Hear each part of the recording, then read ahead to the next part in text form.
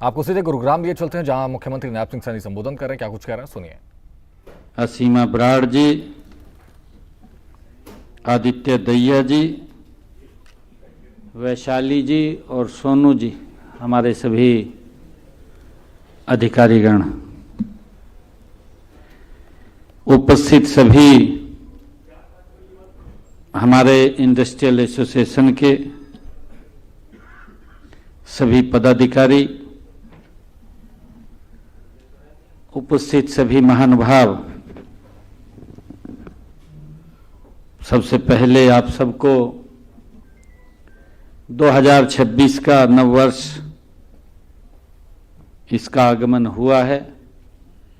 आप सबको मैं बहुत बहुत बधाई देता हूं, शुभकामनाएं देता हूं और आप सबका अभिनंदन भी करता हूं।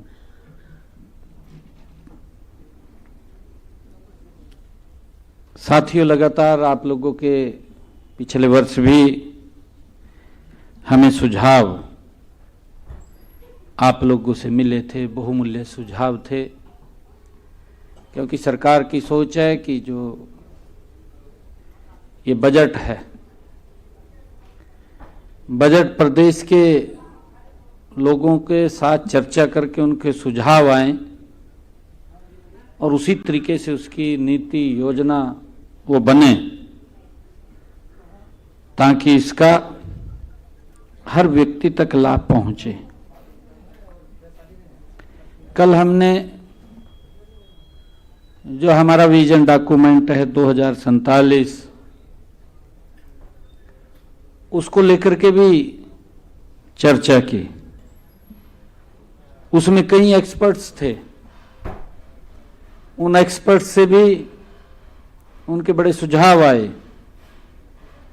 विजन डॉक्यूमेंट हमने 24 दिसंबर को हमारे भारत के माननीय गृह मंत्री अमित शाह जी के दिशा निर्देश में उसको जारी किया। हमारा एक संकल्प है 2047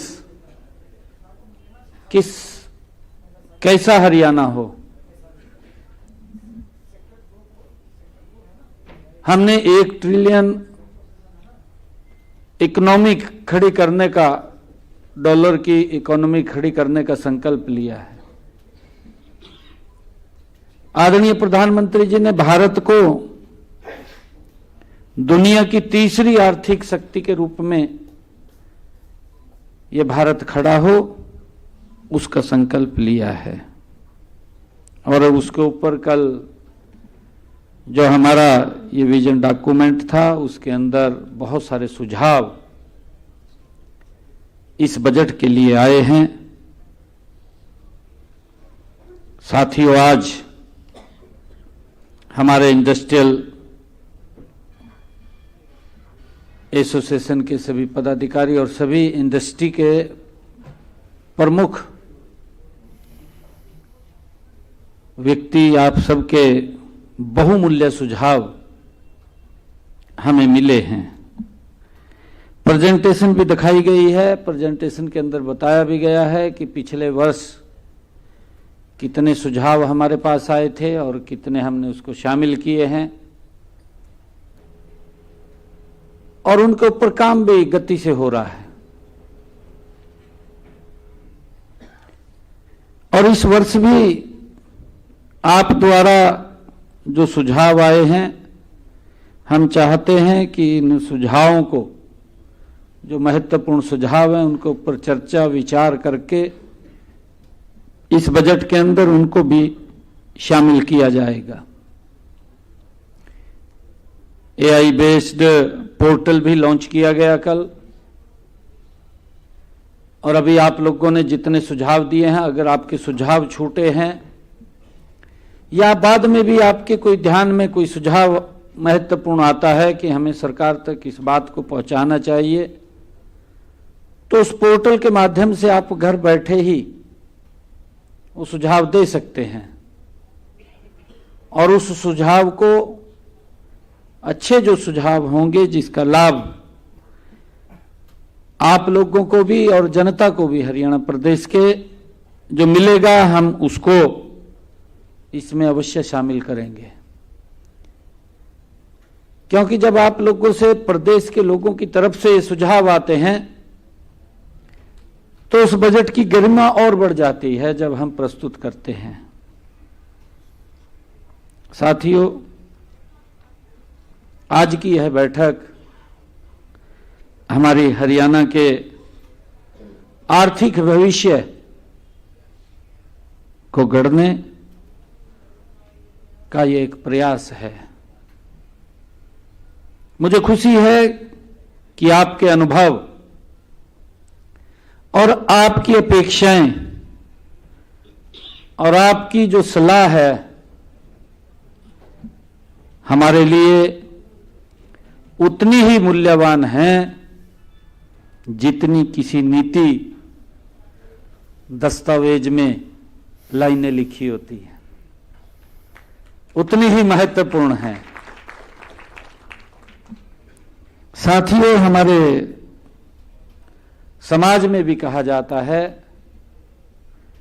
कि जो बात चौपाल पर तय हो जाती है वो बात टिकाऊ होती है।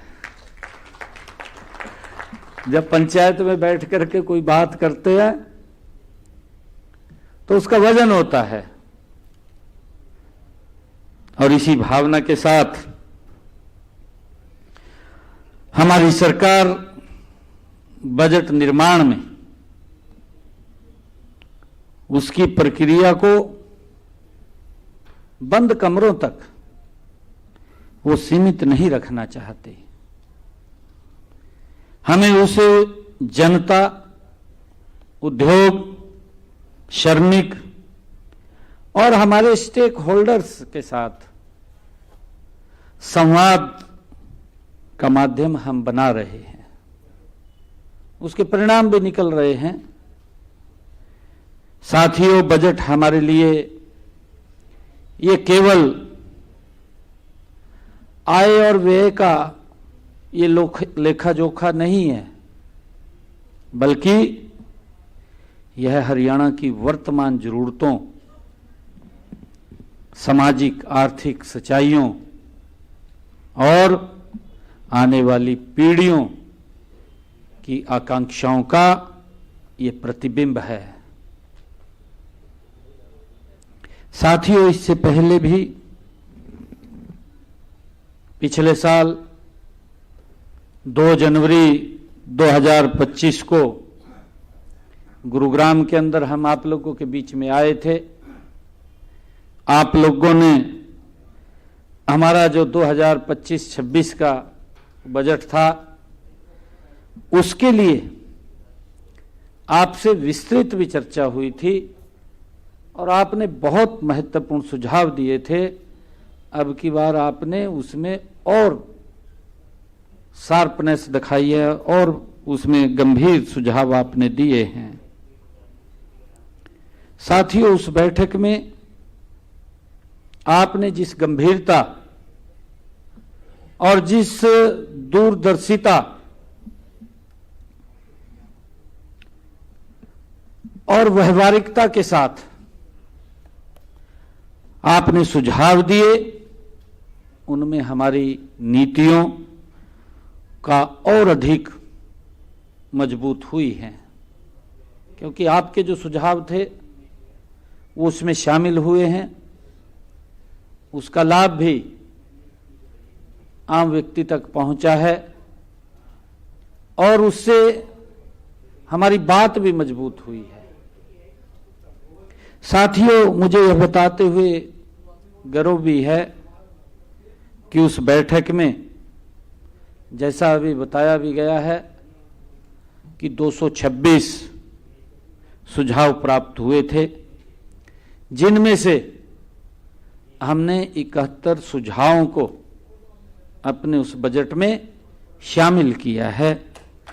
और साथियों, यह इस बात का प्रमाण भी है कि सरकार और उद्योग के बीच संवाद केवल सुनने या सुनाने तक ही सीमित नहीं है, बल्कि ठोस निर्णयों और उसको क्रियान्वित में ही करने का ये हमारा माध्यम है। साथियों, उद्योग विभाग हरियाणा की अर्थव्यवस्था की ये रीढ़ की हड्डी है।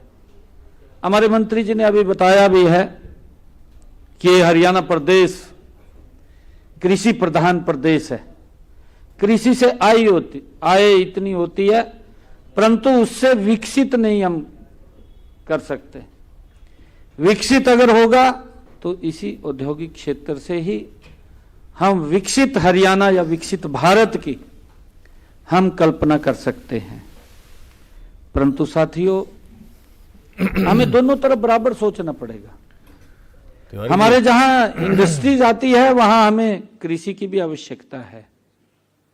हमारे पास क्योंकि अनाज है, अनाज भी देश के लोगों का विदेश के अंदर भी कितना एक्सपोर्ट होता है, पेट भरने का काम हमारा किसान करता है।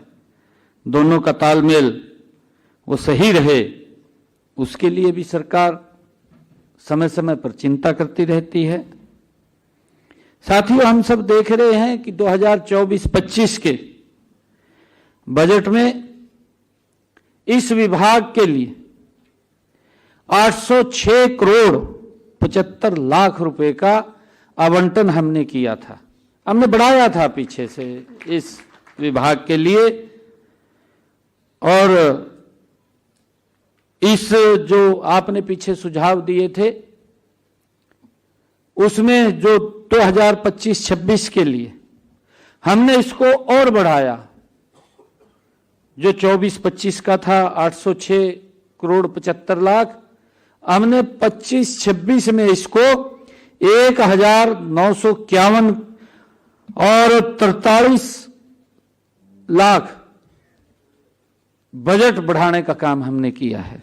1951 करोड़ 43 लाख इस बजट को बढ़ाने का काम हमने किया है। और साथियों, मुझे खुशी है कि इसमें से अब तक 873 करोड़ 51 लाख रुपए हम खर्च भी कर चुके हैं। इसमें से इंफ्रास्ट्रक्चर के लिए जो आपकी सुविधाएं हैं, आपने जो सुझाव दिए थे ताकि उसके ऊपर गति से काम हो।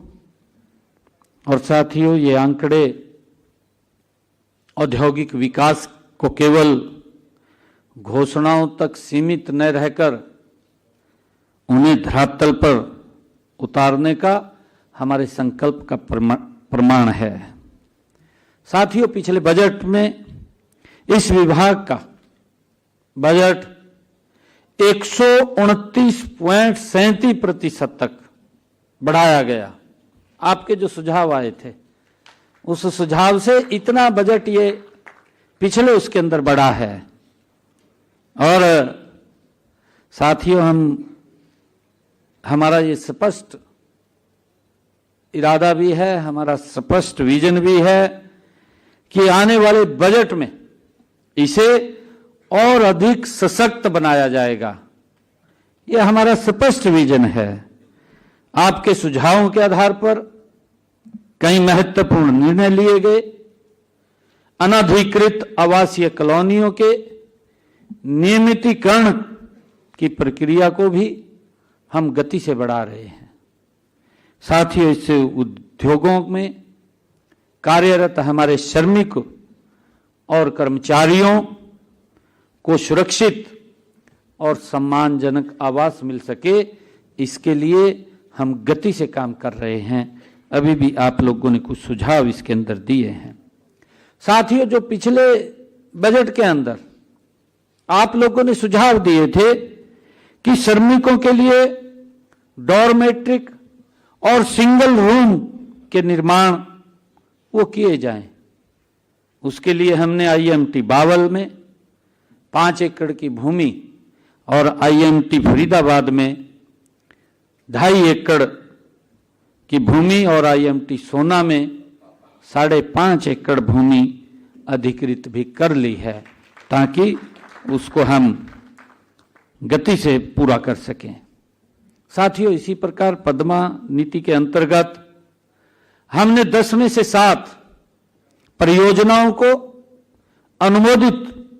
अनुमोदन उसका मिल चुका है और इन सभी उपलब्धियों के पीछे आपकी जो सहभागिता और विभाग के बीच जो समन्वय, बेहतर समन्वय है, उसकी अहम भूमिका है।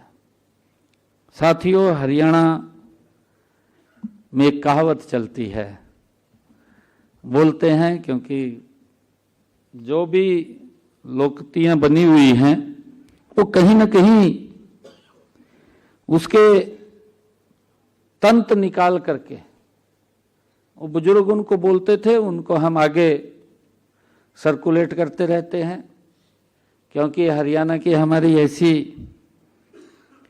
लोकोक्ति, हमारी कहावत कि अकेला आदमी बोझा उठाए, अकेला आदमी बोझा उठाए पर टोली पहाड़ हिला दे। जब हम इकट्ठे होते हैं तो कुछ भी कर सकते हैं। और मेरा आग्रह आप लोगों से है कि हमारी जो सोच है, सरकार जो लगातार काम कर रही है कि हमने हरियाणा को एक विकसित हरियाणा की तरफ जो हमने संकल्प लिया है 2047 2047 तक, उस तक हम गति से इसमें आगे बढ़ेंगे। साथियों, पिछले बजट की जो सफलता आप और हमारे बीच में सामूहिक प्रयास का ये परिणाम रही है और मुझे ये भी खुशी है कि सरकार उद्योगों, श्रमिकों और निवेशकों की टोली जब एक दिशा में चलती है तो विकास की गति कई गुना बढ़ जाती है। हमें इस बात का मालूम है। साथियों, आज मैं इसी विश्वास के साथ आप सभी के बीच मैं काफी लंबे समय तक बैठा रहा, क्योंकि अगली बैठक का भी समय हो गया है और एक एक सुझाव मैंने सुने भी हैं, मैंने लिखे भी हैं। हमारे अधिकारीगण भी उनको लिख रहे थे और मैं बताना चाहूंगा आप लोगों को, जो हमारे हेमंत जी ने कुछ विषय कहा है कि फाइनेंसर प्लॉट ले जाते हैं, ऐसा नहीं है। HSIDC के प्लॉट पर 3 साल के ये उत्पादन, 3 साल में आप सबको मालूम है, अभी चर्चा भी की गई थी उसके अंदर, हमारे एक भाई ने इसके ऊपर कहा था कि आप 3 साल में उसको कंप्लीट करने का समय दें, चाहे 3 साल के बाद उसको रिज्यूम कर लें। ये बात आपने कही थी कि 3 साल में उसका उत्पादन शुरू करना जरूरी है और हमने ये भी कहा है कि उसके अगले 2 साल अगर आप शुरू नहीं कर पा रहे, उसकी एक्सटेंशन फीस के साथ आप लोग उसकी परमिशन भी वो ले सकते हैं। 5 साल के बाद अगर उसके ऊपर आप स्टार्ट नहीं कर पा रहे या आप वहाँ जो आपने सोचा वो नहीं लग पाया, तो फिर वो प्लॉट रिज्यूम ही हो जाएगा, क्योंकि ये एक पॉलिसी मैटर्स हैं।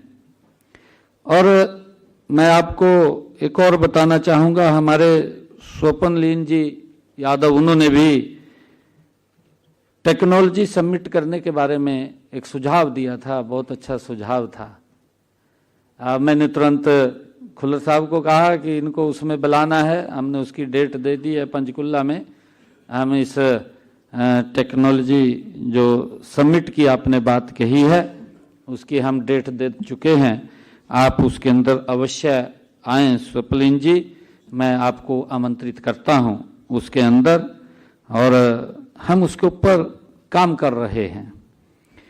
हमने कुछ और जो सुझाव भी आए थे, हमने देश का सबसे बड़ा होलसेल मार्केट हम राई सोनीपत के अंदर खड़ा कर रहे हैं।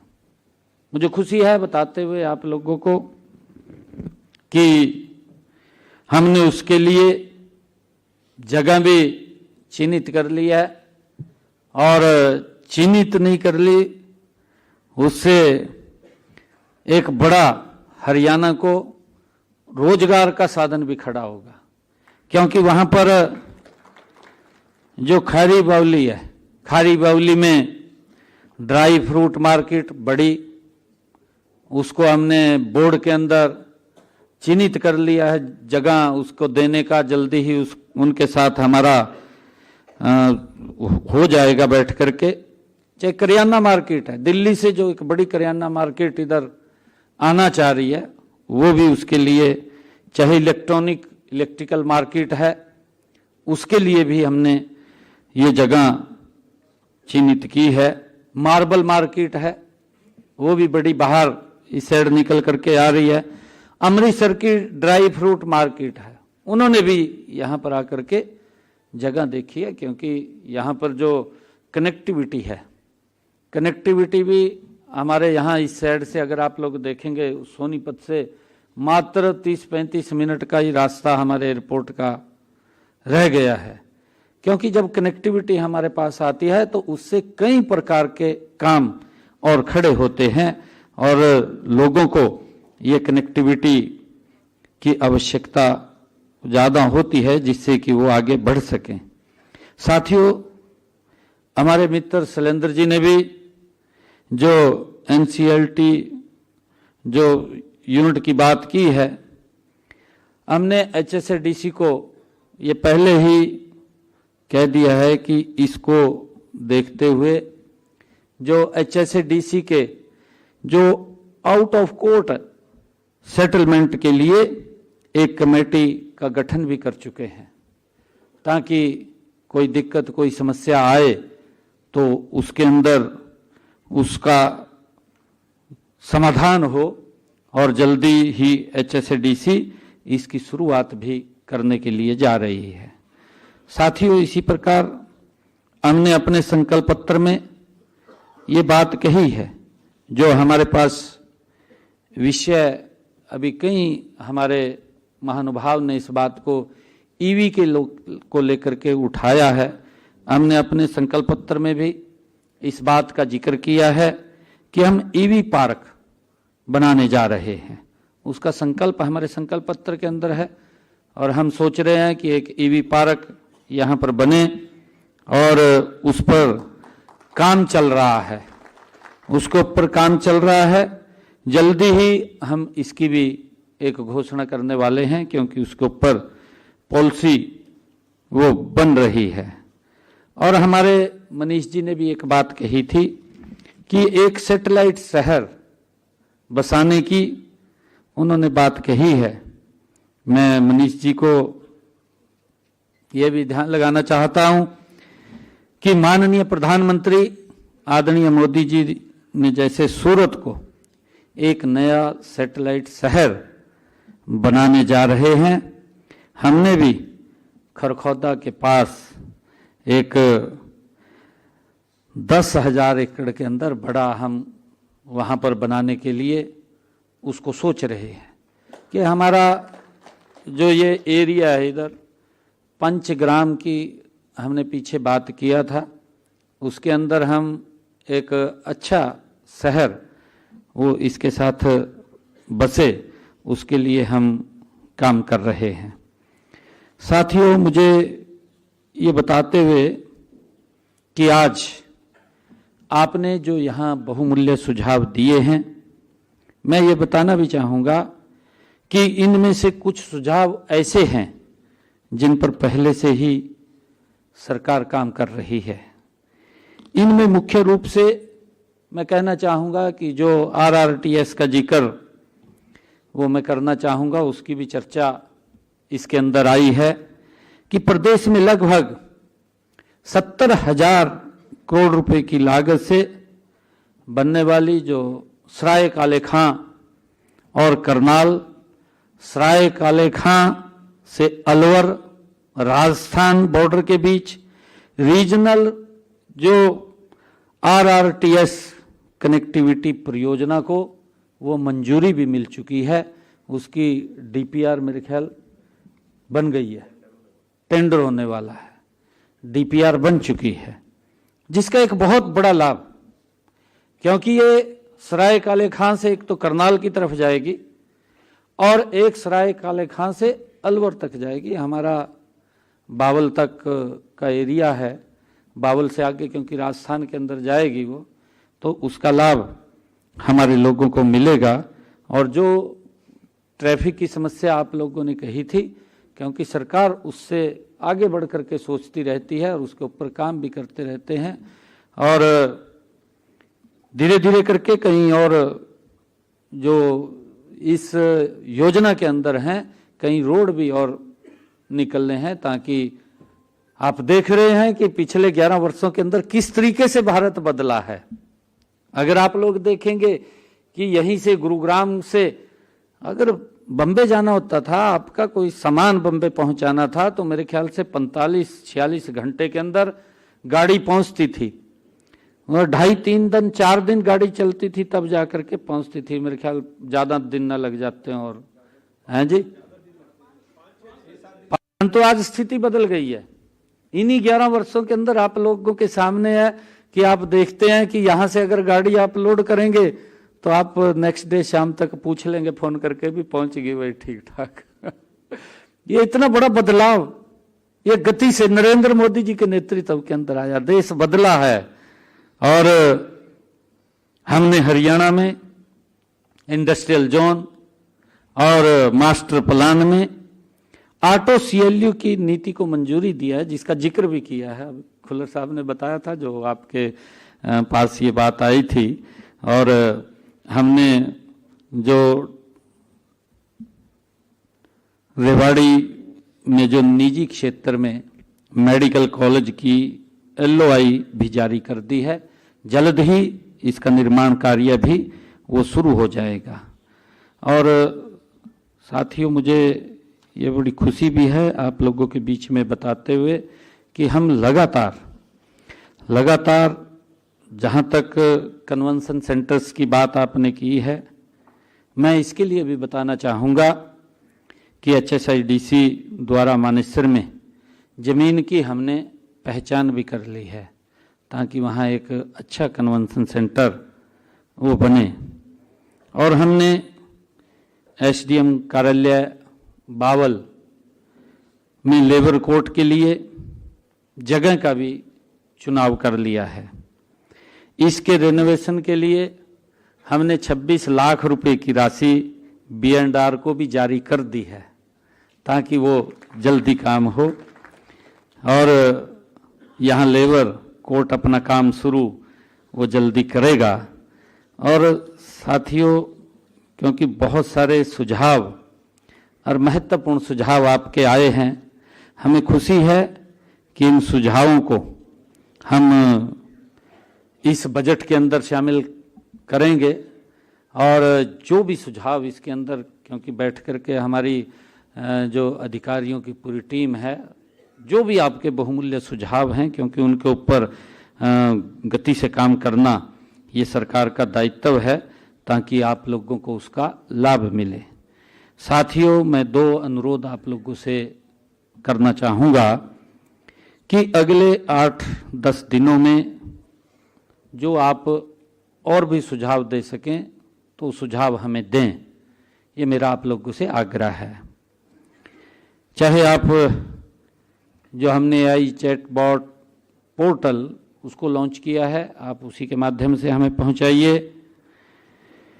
जब मैं विधानसभा का बजट ये 26-27 का प्रस्तुत करूंगा, तो मैं आप सबसे ये आग्रह भी करना चाहूँगा कि आप उसको अवश्य सुनें, उसको आप देखें, और उस समय आपको आज के दिन की जरूर याद आएगी, क्योंकि हमने सुझाव दिया था।